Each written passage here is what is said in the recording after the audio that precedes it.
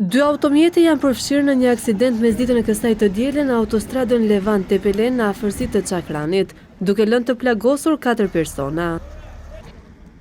Sipas njoftimit të policisë, aksidenti ka ndodhur rreth orës 11, ku një furgon i forcave të ndërhyrjes së shpejtë është përplasur nga një automjet tip Benz. Siç duket edhe nga pamjet e siguruara nga ABC News, furgoni ka përfunduar në kanal. Si pasojë e aksidentit janë dëmtuar 3 efektiv policie dhe drejtuesi i automjetit Benz. 4 të plagosurit janë dërguar me autoambulancë në Spitalin Rajonal të Fierit për ndihmë mjekësore. Dhe sipas burimeve brenda spitalit ndodhen jashtë rrezikut për jetën.